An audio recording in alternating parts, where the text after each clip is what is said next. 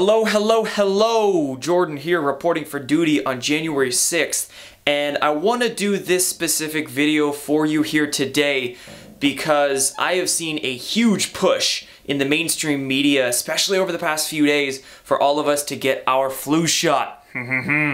It's flu season, and there's been a few flu outbreaks, so there's this huge propaganda push for all of us to inject ourselves with all the poisons. So in this video, I'm going to give you guys a few friendly reminders here on the vaccine topic that you can utilize to understand this topic a little bit better, and that you can also remember so you can pass them on to family and friends to get them to reject the jab. So I'm going to discuss with you some of the things that's injected into us in these shots. I'm going to tell you guys what they actually do to our immune systems, the true ways to lessen the chances of getting infectious disease, and also a few friendly tips by way of supplements that you guys can utilize if you want to protect yourself more so.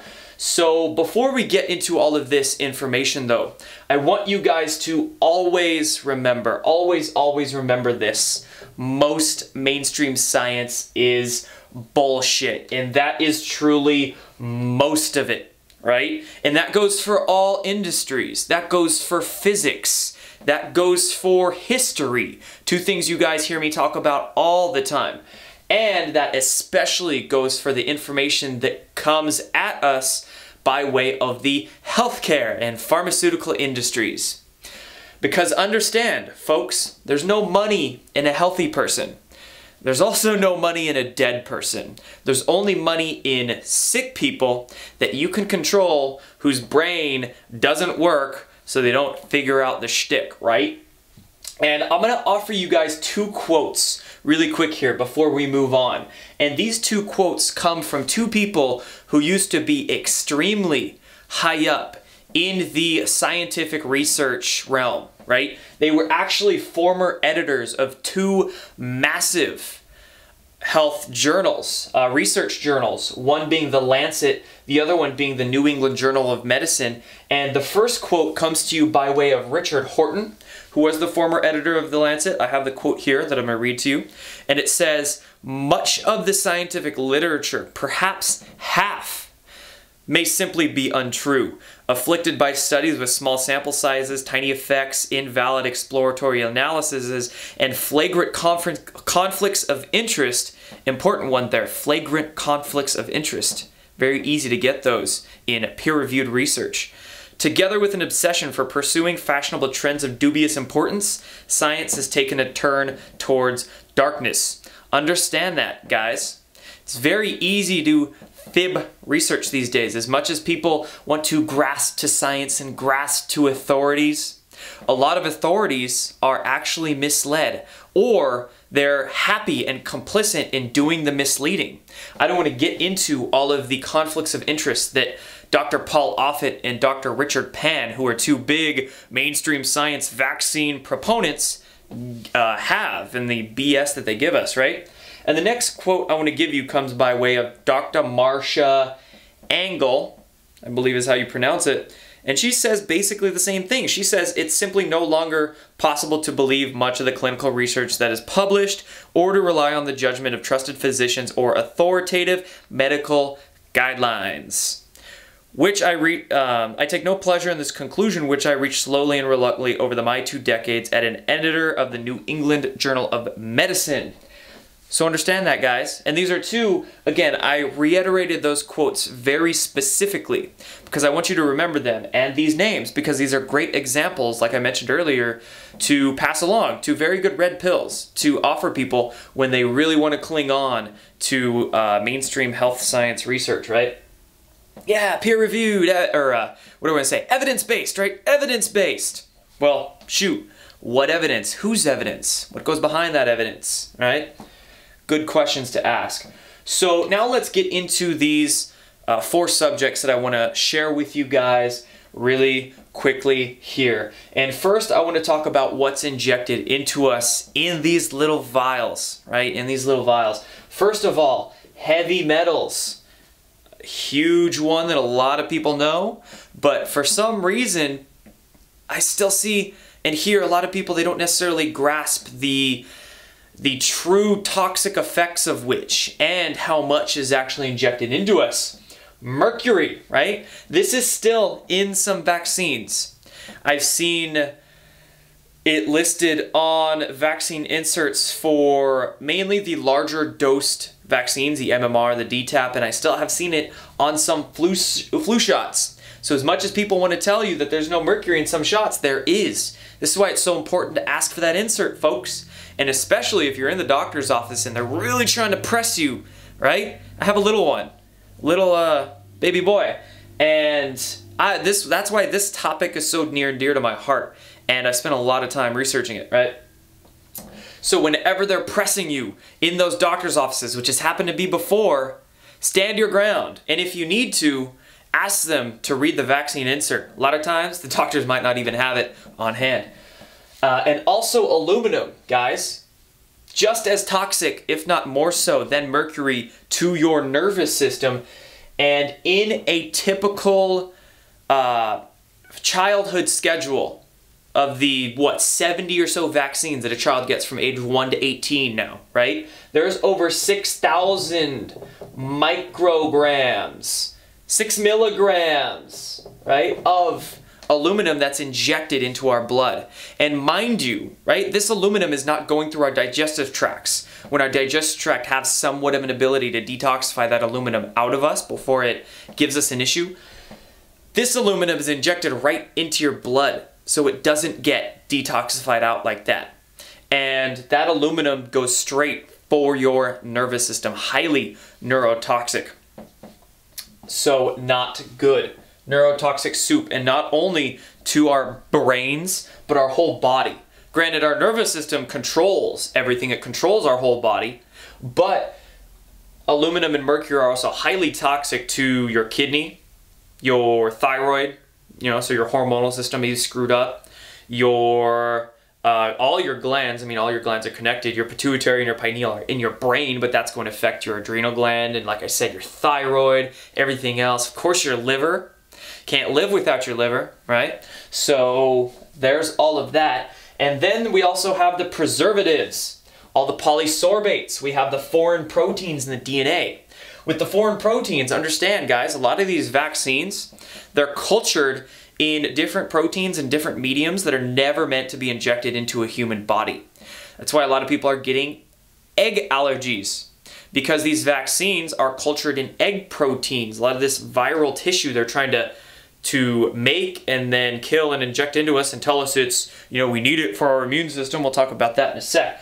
But all of these egg proteins are not meant to be injected into us. And then again, like I said, when it's injected into us and doesn't go through our digestive tract like it naturally should, that process of injection stimulates an allergic response. Getting those proteins right into your blood, your body goes, what the heck, right? And it stimulates an inflammatory, an acute inflammatory response to that, hence allergies. And also peanut oil is a big one as well. Another reason a lot of children are getting peanut allergies is because some vaccines are cultured or preserved in peanut oil, I should say, right in your blood. And then just all kind of other weird DNA particles, aborted fetal tissue.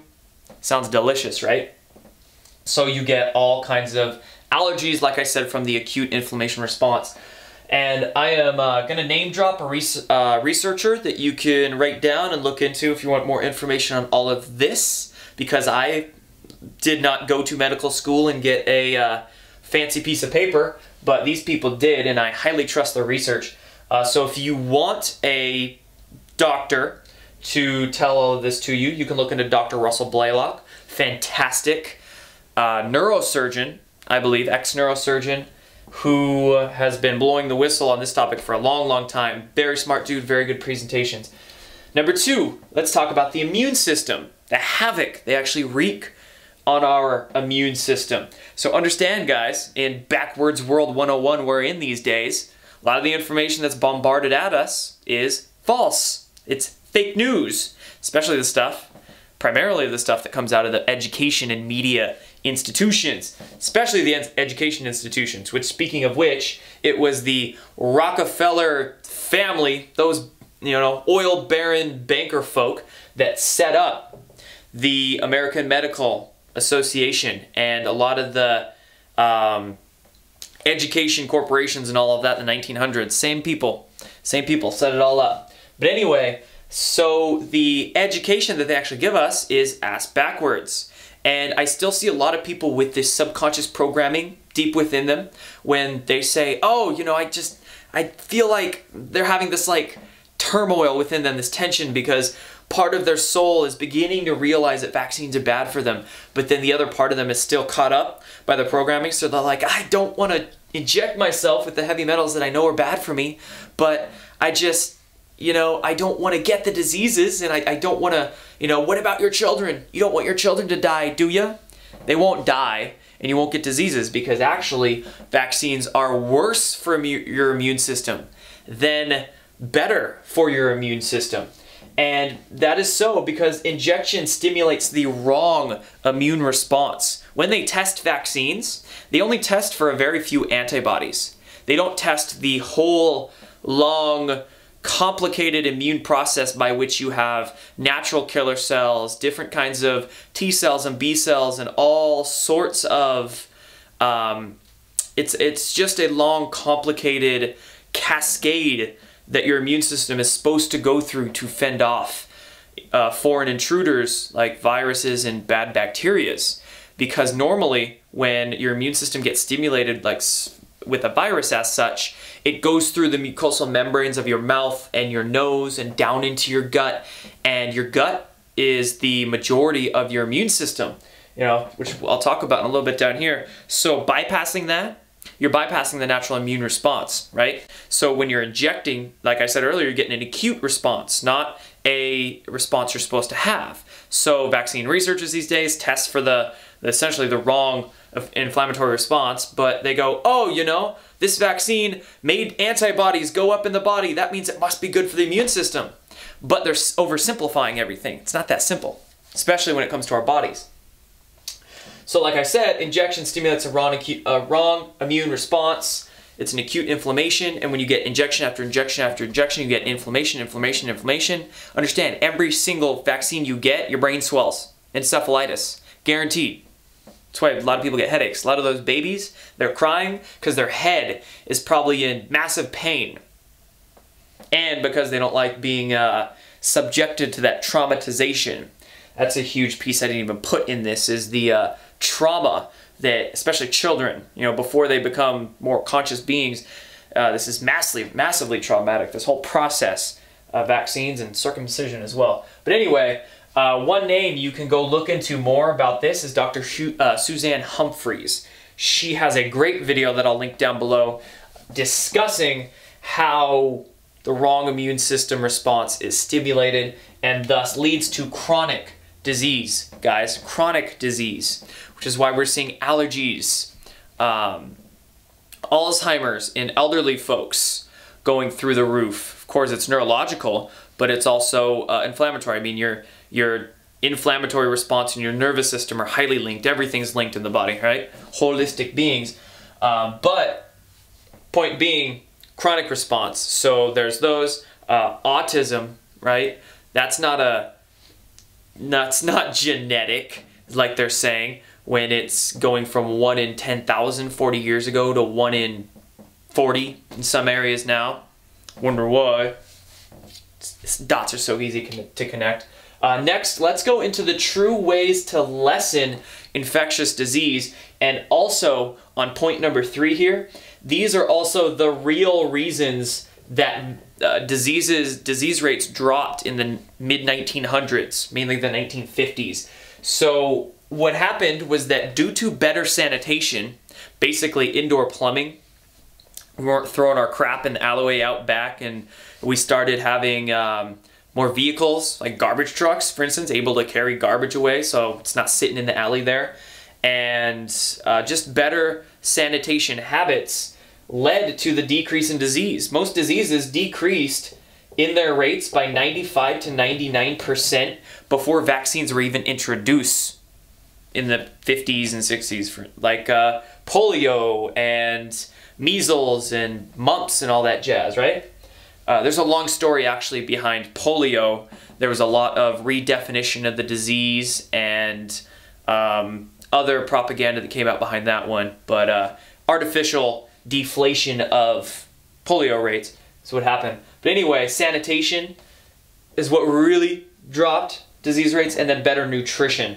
We had better foods, better farming techniques. We had the Eisenhower highway system, and that allowed transportation of food longer distances and refrigeration units, so people were eating more balanced diets, fresher foods were delivered easier, you see what I'm saying? So better nutrition standards, lower disease rates, okay? So not only, again, history lesson, are these two things the real cause of disease decline, not vaccines, but these are also the two most important things to fend off disease. So make sure you guys keep yourself sanitary, right? Take your showers, don't be stinky, and speaking of which, avoid the toxins when you're sanitizing too. This is a big thing I see a lot, is that people still, you know, they're trying to live healthier lifestyles and eat better nutrition, but they still have all kinds of toxic hygiene products for their bodies, toxic antiperspirants, which, you know, you don't want the aluminum injected into you. You don't want to put it on your skin either. And also, when it comes to like antibacterials, avoid the triclosan and other preservatives, the antibacterial stuff, which is actually pretty toxic chemicals. And then just clean with green stuff. Clean with green. And also, when it comes to nutrition, you know, balanced diet, organic foods, lots of greens, lots of omega fatty acids, lots of as fresh as possible, as raw as possible. When you cook your foods, it kills a lot of the enzyme activity in it, past 115 Fahrenheit, around there. Get a food higher than that, kills the enzymes. But eat well, eat raw, eat balanced. And also, of course, there's a lot of holistic ideas to look into to keep yourself healthy, because, like I said, holistic being. So move yourself, breathe, eat right, sleep, avoid EMF waves, reject the poison, all the jazz. It's long conversations we can get into with all the different things it takes to make a human whole and healthy. But last thing here I want to share with you guys is the suggestions on supplements and different things you can do to actually strengthen your immune system and help you if you need the extra help. Because of course, you know, you might be super duper healthy, but you could still have a lot of sick people around you, and you might be a little stressed out, because who's not stressed now and again in this crazy world we're living in? But and you know, you might travel, you might just be exposed to some things that weren't really your choice. So a few things I want to share with you guys. Number one, oregano oil. This stuff is magic. Let me tell you, it's a little vial of natural magic. You can look into a book by Dr. Cass Ingram called The Cures in the Cupboard. And this book details so many different uses for this stuff. You can use it, I myself at least use it sublingually, so I'll get a little tincture of it. If I feel a sore throat or anything coming on, I'll do drops of it under my tongue, maybe 4 or 5 drops every few hours. And it is just an extremely strong antibacterial. It's a very strong antifungal. Granted, it burns, doesn't taste the best, but hold it there for 30 seconds, just embrace the suck, as one coach told me one time, right? It might suck, but being sick sucks a whole lot worse for 3-4 days than a little bit of spicy for a minute or two. So just do that, hold it under my tongue, swallow it down, and it just kills off everything. And also, a cool thing about oregano oil, you can use it topically. And being a really strong antifungal, if you have any eczema, psoriasis, rosacea on your skin, you can use it topically in various ways, and it's very good like that. But oregano oil, great stuff to always have on hand, especially if you're traveling too. Very good to have traveling, of course, when you have a lot of people very close to you and you don't know how healthy they are. But a good way to protect yourself. And then medicinal shrooms. Of course, mushrooms are great to eat with, great to experience your own mind with, and also great for your immune system. And the various mushrooms that are specifically medicinal, that are great for your immune system, are reishi, chaga, I love cordyceps and lion's mane. Mushrooms are amazing because us as humans, we literally share between 30 to 50% of our DNA with mushrooms, whereby when you compare the human DNA to plant kingdom DNA, we share less than 1% of our DNA oftentimes with plants. So with us sharing so much of our genetic code with medicinal mushrooms, we're able to utilize the constituents in them like the beta-glucans and the triterpenes and everything else so much more so. They're very, very strong in antioxidants, especially chaga. Chaga is extremely strong in superoxide dismutase, SOD, so extremely high antioxidants with chaga. Reishi is really good specifically for balancing your hormones. Side note, while I'm getting to each of these specifically, every single medicinal mushroom is great for your immune system. Each of them just have some specifics that they're really good for. So chaga, strong antioxidant. Reishi, strong or good hormonal balancer. Cordyceps is actually really, really good for your lungs. Cordyceps can open up the little sacs in your lungs. You get more oxygen per breath, more blood flow into your lungs. So they've done studies that show cordyceps is very good for your VO2 max. Good for energy levels, overall vitality, and me being an athlete, I use cordyceps all the time, especially when I was playing more soccer and running a lot more. Great stuff for that. Also, if you live in high altitudes or climb mountains, cordyceps is great stuff there as well. And then lion's mane. Lion's mane is great for your nervous system. So lion's mane has 2 molecules in it that are small enough to cross the blood-brain barrier and tell your brain to start growing neurons again, spurring neurogenesis. So lion's mane is not only good for cognitive function, your mental clarity, but also in feeling. So literally, I've seen people who haven't been able to, maybe they've been in a car accident or were football players, suffered a lot of head trauma, and they couldn't feel certain parts of their body as well as they used to be able to.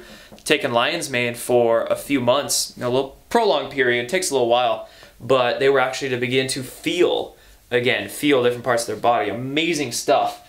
You know, nature provides everything we need to be amazingly healthy, strong humans actuating our full potential. It's just you gotta live in balance with nature. Understand how to use it, how to dance with it. Whole food vitamin C. So I'm gonna summarize this as quick as I can. You know, try not to get too off topic and summarize it quickly, but most vitamins on the market, 90 to 95% of them are all synthetic. They're isolates. So if you look at the label and it says vitamin C, I'll just specify vitamin C. You can look at all vitamins and it'll be like this, but vitamin C, it'll be vitamin C in parentheses and it'll say as ascorbic acid. Same thing goes for any vitamin or mineral. If it has a parentheses afterwards and it says as a weird chemical name that you don't understand, it's synthetic and your body is hardly going to be able to absorb any of it. So a lot of people are taking 1,000 milligrams a day and even more than that of vitamin C, but it's ascorbic acid vitamin C. And this is just a Snapple fact. Shouldn't say Snapple. Bad stuff for you, a lot of sugar. But fact for you, when you intake 1,000 milligrams of vitamin C, your body has to break it down, and you only get about 3 to 5 milligrams. That's literally, what, less than 1% or around there of actual whole food vitamin C activity when your body has to break down all of that ascorbic acid. Because here's the thing, a vitamin is not one chemical.